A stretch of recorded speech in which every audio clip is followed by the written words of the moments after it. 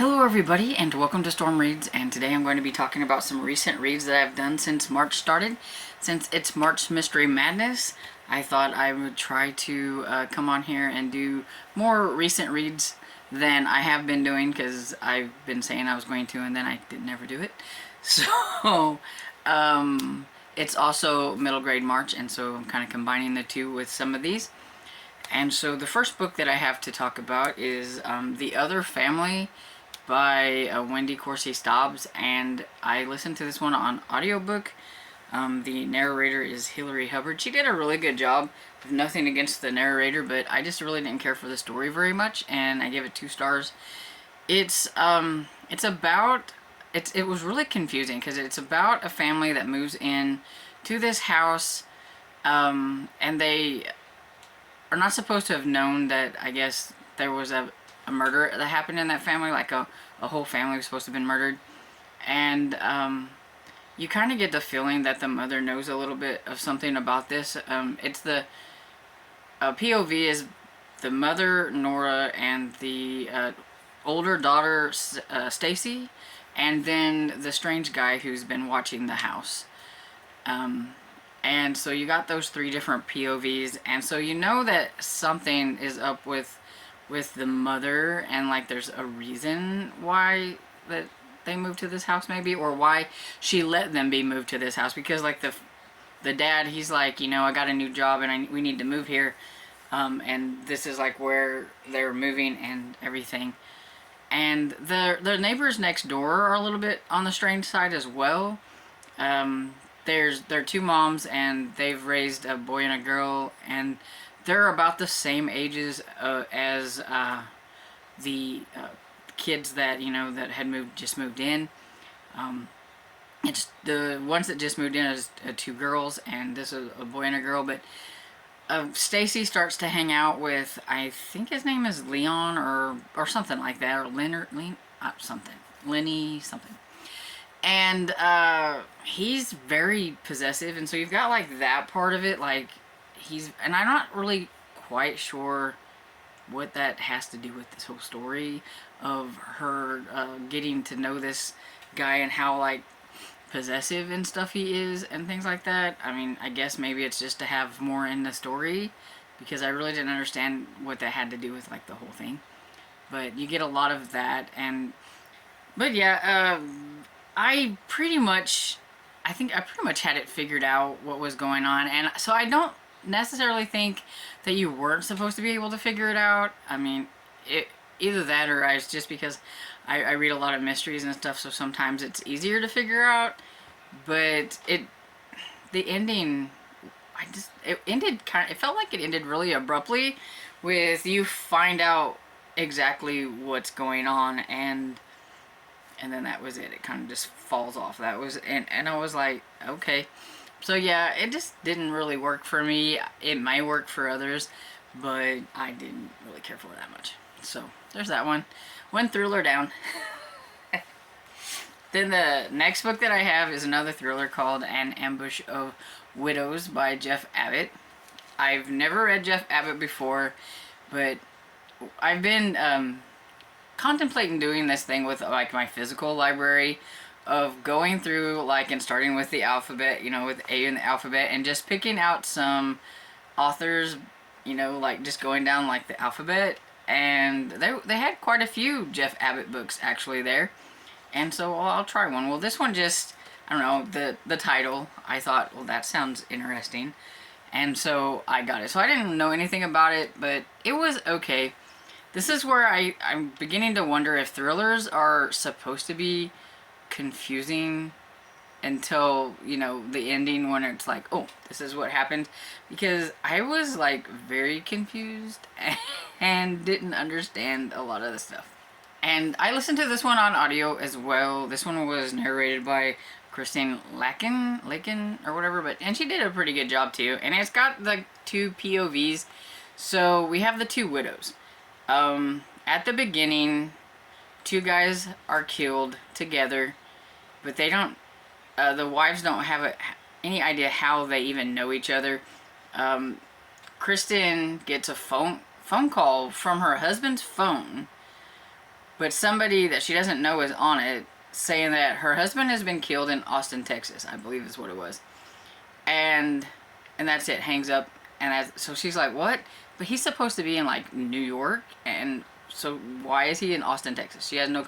So she immediately flies down there and contacts like her foster brother, and he's gonna help out, and goes there to try to figure out what happened, because he was killed in a warehouse with this really high-tech, like wealthy businessman, and she has no idea whatsoever why they would even be in contact with each other.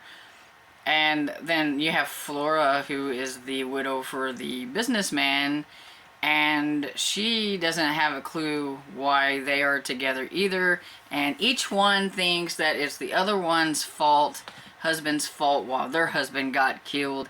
And so they're not very friendly with each other at the beginning, but then they realize that they kind of need to work together a little bit to try to figure out you know, who killed their husbands, because, you know, that's kind of what they're really wanting to know. Why were they there and everything? And so they start trying to dig through each other's past, pretty much, because it's like there has to be a reason why these two were together. Were they working on something? Were, you know, and things like that. And then you have a section where it has about the past of Kristen and her foster upbringing in a foster care system in this one household and stuff. And so that's when, to me, I kind of started to figure out, okay, so it's gonna have something to do with this certain thing and stuff. So after that, then it's like, I feel like maybe you were supposed to figure out what was going on. I think the only maybe twisty part is the fact that you think you have an idea of what's going to happen. You just don't know who. You know who done it, but you don't know who done it, because, you know, if name changes or different names, or a certain person hasn't seen that person to say, oh, you know, until the very end, kind of a thing. So I thought it was okay. I give it 3 stars. It's better than some thrillers I've read this year so far, but not the best. And so then I have Hide and Geek by T.P. Jagger, and this is the first book in a series. It's the Hide and Geek series, and this is about these 4 kids here, and the main POV is this one here, Gina, because her mother is a reporter for the town, and she, of course, is kind of taken after her mother and thinks she's kind of like a reporter and things like that. And so the thing is the town used to be like really good in economic wise and everything like that, but it's been going downhill lately, and her mother's been losing subscriptions to the paper because the townspeople just can't afford it. And there was this toy factory and this inventor, and her name was, is it Maxine, I think, or something? Yeah, Maxine. But she passed away a long time ago. But she had a popular puzzle sphere, the Bamboozler, and it put the town on the map. But since she's gone, it's kind of gone downhill. There's even Bamboozle Land and things like that. But now things are going downhill. And 2 of the kids' parents are going to lose their job, and then they're probably going to have to leave the town, and her mother is thinking about taking a job somewhere else. They learn about this, that the Maxine was supposed to leave her money to the town, but instead of just saying, here's the money, that's one last puzzle, and so they are going to try to solve the puzzle to try to figure out where the money is and save the town. And of course there is going to be somebody who is wanting to find the money too, and kind of trick them, kind of bamboozle them and get in the way. So yeah, it was cute. I liked it. It was a lot of fun. It's called Hide and Geeks because they are a bit of geeks, but if you take the first letter of their names, it spells out geek, and so that's why it's that, and I think it's cute. The second one is out already. It came out, I think, this year. This one came out last year. So I can use this one for the middle grade March, because I think one of the prompts was to read a book that came out the previous year. So this one came out last year. And so, look at there. I got a prompt. I wasn't going for a prompt, but I got one. 4 stars. I forgot to say that, I think.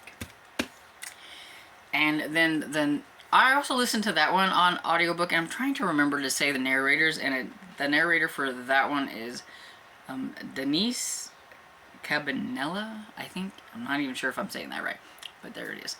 And then the last one I have is Winter House, the Winter House Mysteries. It's the 3rd book in the Winter House series by Ben Gooderson.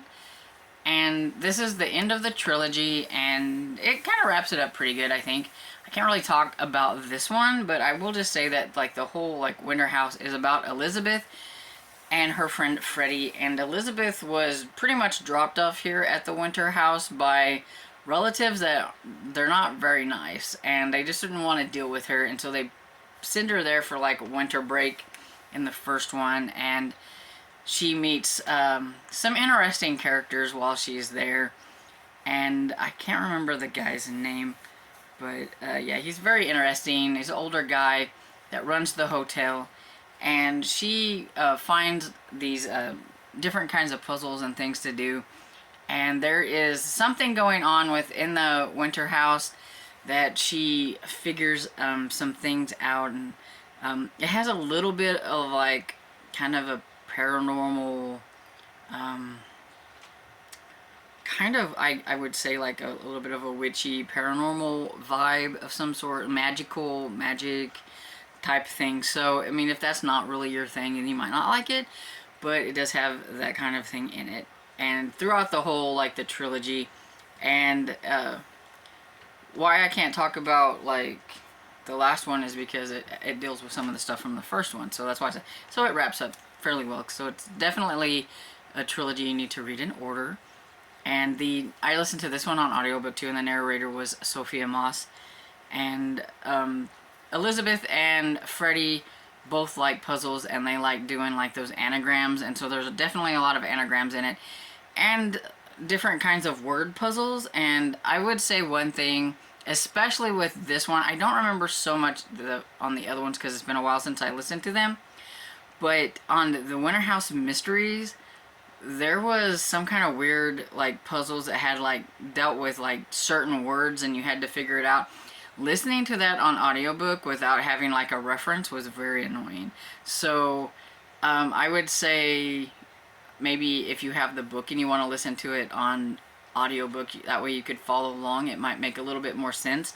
But just spitting out these words in random succinct that didn't make any sense was annoying, and I may have skipped ahead a couple of times till we got back to them talking about the puzzle. But so yeah, so to keep that in mind, that they might be better in a book form, or to have a book or an ebook to follow along. But other than that, I enjoyed it. I give it 4 stars. I like the series as a whole, the trilogy. It was a lot of fun. I like middle grade mysteries. They're just fun. But yeah, so there's that one, and I think that's all of the books that I've actually finished. I'm in the middle of a lot of books, but those are the ones that I finished so far.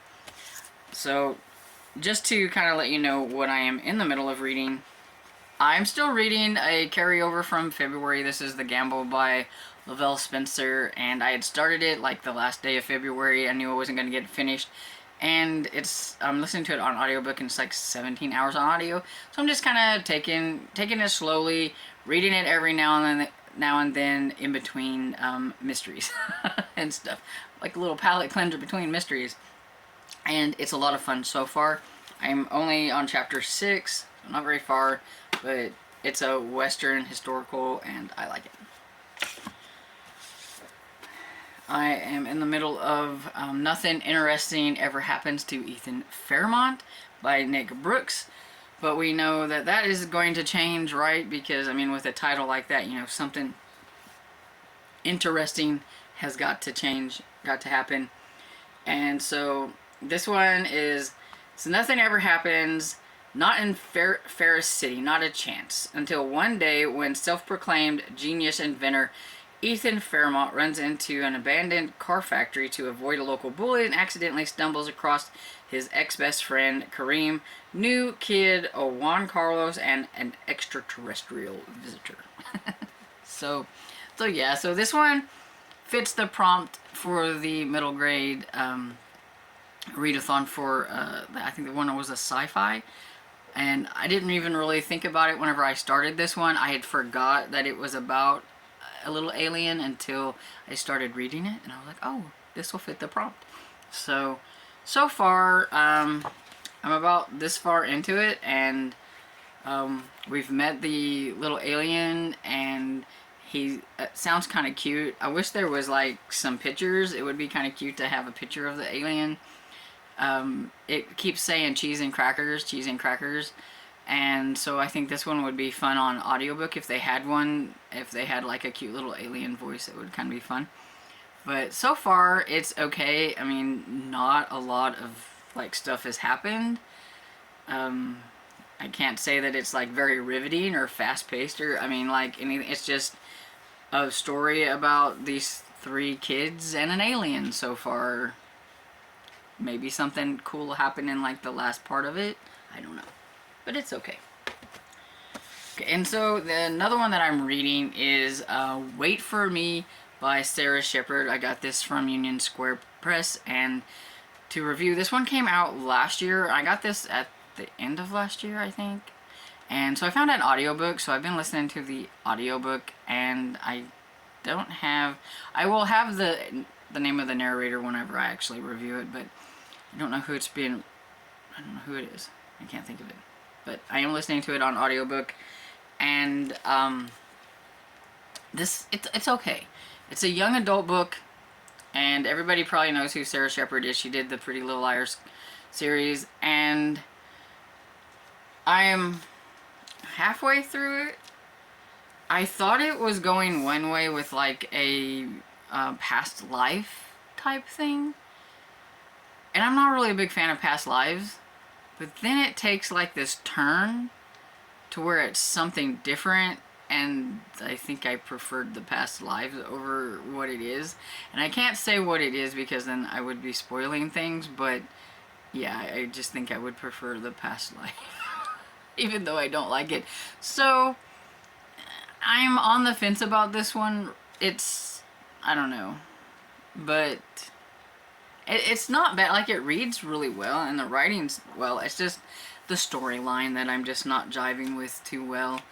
And so, you've got Casey, who, she likes to dress up, like, in different, kind of be different people, and she's hearing voices in her head, and she goes to this one city, Avon Shores or something, and there she meets this guy who is supposed to be kind of like her, or like she's supposed to know him somehow, and she has a boyfriend back home, and so I don't really like that part because I feel like she's done him dirty a little bit, be hanging out with this other guy, and I don't like that.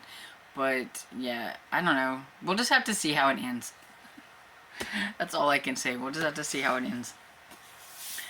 And then I have started The Black Echo by Michael Connelly, which is the first Harry Bosch book.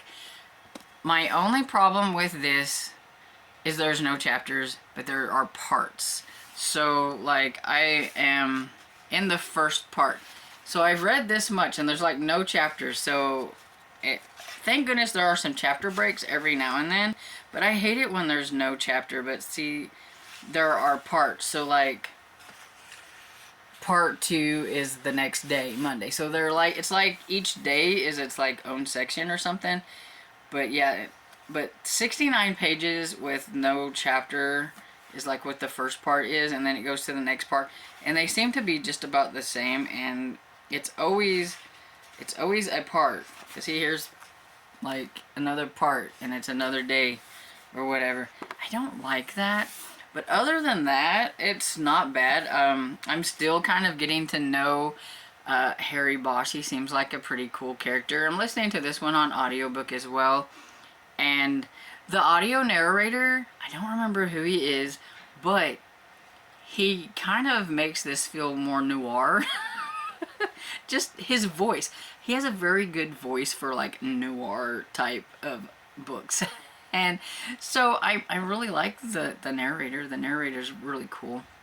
But we have a guy who was found in a ditch, like in a culvert or whatever, and everybody thinks it's just an accident, like some junkie or whatever it is. But Harry Bosch recognizes him, even though it's been a long time since he's seen him. He was a tunnel rat in Vietnam, and Harry Bosch was in the war, and so he knew him, and so it makes it a little bit more personal for Harry, and so he just doesn't think that it was an accident or an overdose or whatever it is. He thinks that something happened to him, so he's wanting to look into it, and he's pushing them to look into it, like the ones like the autopsy. Like, they're not wanting to get to the autopsy that quickly because, I mean, it is LA. They have a lot of dead bodies.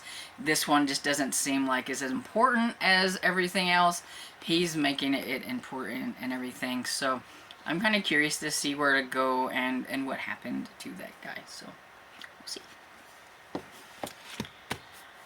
I am also in the middle of High Stakes Blizzard by, I think her name is Rebecca Hopewell, but don't hold me to that. But you will see a picture here, and it is love-inspired, and it's one of the, I guess, suspense lines from the original, just the love-inspired, not love-inspired suspense, but just the love-inspired, has certain, like, I guess, series. This one is Mountain Rescue, and so this is just part of that.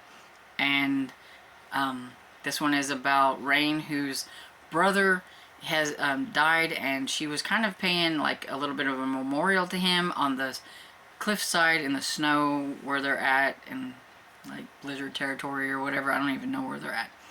But while she's there, a guy comes up on a snowmobile, and he was like, your brother owes me some stuff and I want it, and so I expect you to give it to me. And he has a gun, and she like panics and ends up jumping off of the cliff thing, trying to grab a hold of the trees or whatever. Bangs herself up quite a bit, but she gets away.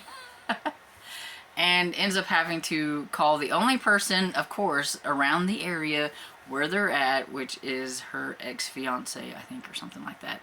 And so, second chance romance, he comes to rescue her. Now, he's in the middle of all this, and it's been pretty fast-paced because, like, it's just, I mean, it started out, like, you know, with a bang with the guy with the gun, and it's just been kind of going since.